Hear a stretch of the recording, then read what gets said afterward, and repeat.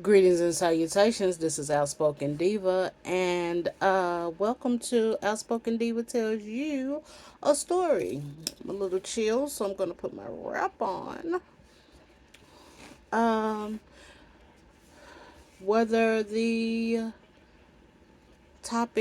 the story is true or a fictional story, I can promise you, I will always tell you which category it is. Okay. All right. Let's get started. Um. Today's topic, today's story is a true one. It's on that category. And it is probably my most requested, asked about topics that I get. But I've only shared it once. When Dee Sweet still had the Right Man Child podcast, they asked me this question, and I was like, "You're interested in this?" And it's always a shocker because the story is lame, or at least one of my most lamest stories ever that I've ever experienced. But I guess my name, Outspoken Diva, is fun to people or something. People who know me in offline land or in real life or outside of online spaces, I always like Outspoken Diva. I mean, am I Outspoken Diva? I'm probably more of an opinionated cutie. 80% I have a opinion about something. The other 20% either I don't give a care and you cannot make me give a care, or I just don't know about it and give me a chance if you really want me to have an opinion. Again, 80% I can pop up one real quick. But the most interesting thing about this story is the how it becomes. Outspoken Diva was originally my poetry pen. I had a whole Black Planet page of my poetry, and that's when I first decided to use the name Outspoken Diva. My other social media handle, it was connected to my biological name, and I decided to, you know what, I need a separate name. So, and then once hackers and scammers and all those kind of people have taken over like they have, I was like, okay, we're just gonna go by this name. But originally it was my poetry pen. But first, it was my rap name. I know, right? I look so rappy, right? I just look so hip hop. I mean, I like it. I like the music genre, but yeah. But originally, it was first the insult. That's the most interesting thing y'all can take away from this. So let's get started. Okay, so I went to two PWIs. Y'all know I have a bachelor's degree and an associate's degree, so I have two PWIs. I mean, I went to two PWIs. Those are predominantly white institutions as opposed to a historically black university, black college and universities. That's HBCU. That's what that stands for. And in my experience, I think that the your freshman and sophomore English classes are taught by TAs or graduate students, right? Like in the liberal arts, like English, linguistics, or philosophy, or things of that nature, right? The humanities and stuff. Okay.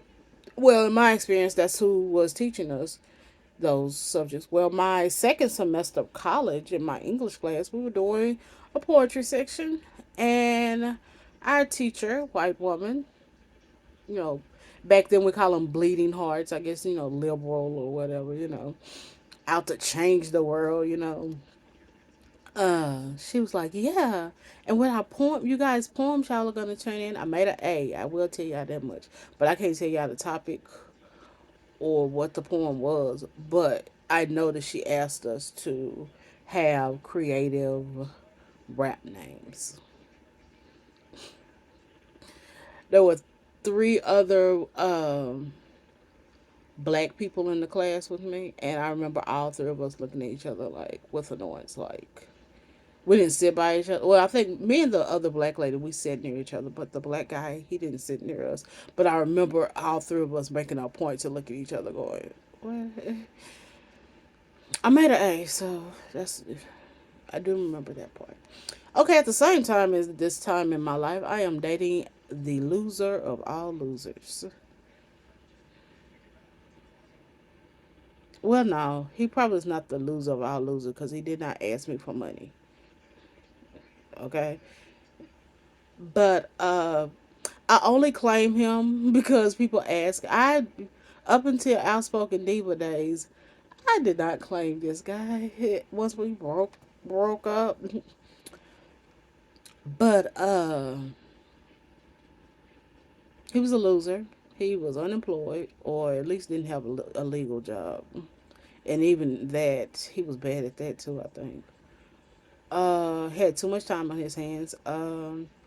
If I went to class, if classes started at 8, I would leave the house, leave my dorm room at 7:45. He would be calling me at 7:30 to ask me, "Am I going to school?" Y'all know the lingo is going to class, not going to school, right? Okay. If classes were over, my class was over like at, we'll say 11:50, 12 o'clock. He's calling me.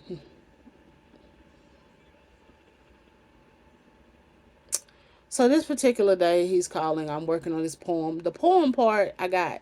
I'm overthinking the rap part, the rap name part, right? Okay, I can admit that now. I was overthinking the rap part. I'm cold, but chill. Anywho, um, and he's yammering about something on TV or something going on. And I was like, "Sir, I'm working on something. Can I? I'll talk to you later." He's yummy, yummy. I'm like, "Sir," and I raise my voice. I'm like, "Sir, I'm getting off this phone. I'm working." And without fail, he says, "You know what? You a big mouth B word." Y'all know I don't curse on the internet, so okay. Um, and I took a breath and a beat, and I said, "I'll be that right now, cause I'm still getting off this phone." And that is my thing. I don't hang up in people's face. I'm just like, I'm ending this call. I'm getting off this phone. I'm hanging up now. Click. So you can't say I hung up in your face. I did tell you I was hanging up. So, then moments later, it clicked. Hmm. Big mouth, outspoken. Not a problem. Easy. And at that time, what we call mansplaining now, one of the topics was how women should not call themselves divas. Because that means B word in Italian. It was some kind of opera term or whatever. And, the guys on the radio. This is the mid to late '90s, so the guys on the radio, there were no podcasts and all that kind of stuff. But they were talking about how women shouldn't do it, and on talk shows they shouldn't do that. So I decided, you know what, diva, and that was rappy enough or hip hop ish enough.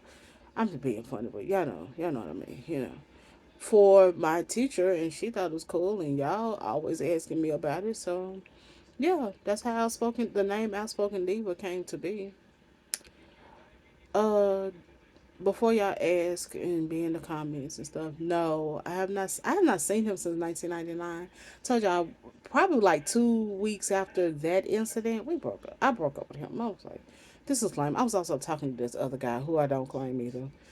I, I can, yeah, I do remember his name, but you know, I mean, these are not people I had sex with. These are not people I might have gone on some dates with them, and we might have kissed a couple of times. But these are not people, you know, my heart or feelings went towards. I mean, I cared enough about him, but as for the guy, we'll call him Pillow Person.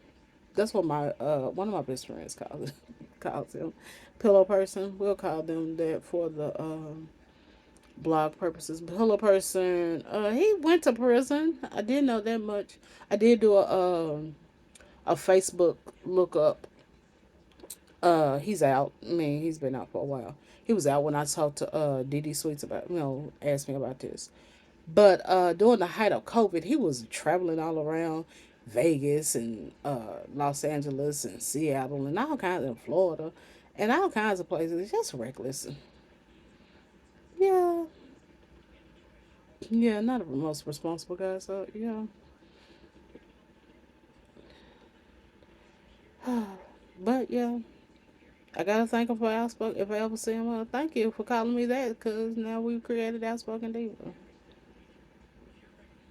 Child, please. I probably roll my eyes and keep on stepping. Maybe the next story will be much more interesting. Because I told y'all this is mine. But now y'all wanted to know about it, so that's the story, right? All right, guys. Until the next one, as always, talking to you in adult terms.